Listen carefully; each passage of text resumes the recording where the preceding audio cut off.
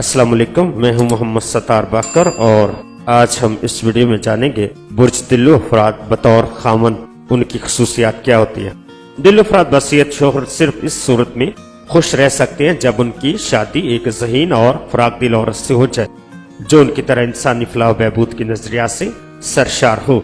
अगरचे ये लोग खुले हाथ से अपनी बीवी बच्चों पर खर्च करते हैं और बेहद मेहरबान और दरियादिल होते हैं, लेकिन इनमें इस गर्मजोशी का फुकदान होता है जो अज़वाज तलक़ात में जरूरी ख्याल की जाती है।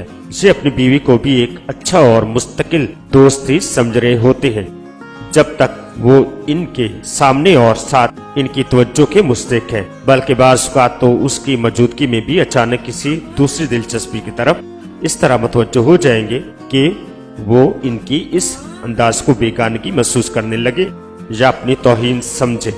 इसके अलावा दिल्लू अफराद अपनी अज़वाजी तलक़ात में खासे मुँह फट होते हैं। दिल्लू शौहर चूँकि फराग दिल और वसील कल्ब होते हैं, लिहाजा अपनी घरेलू अज़वाजी जिंदगी में हाकमाना अंदाज तैयार नहीं करते। वो चाहते हैं कि घर और अज़वाजी जिंदगी से मुतल्लक तमाम अमूर उनकी शरीक हयात खुद संभाल ले और उन्हें अपने कारोबारी मंसूबों के लिए आज़ाद छोड़ दे।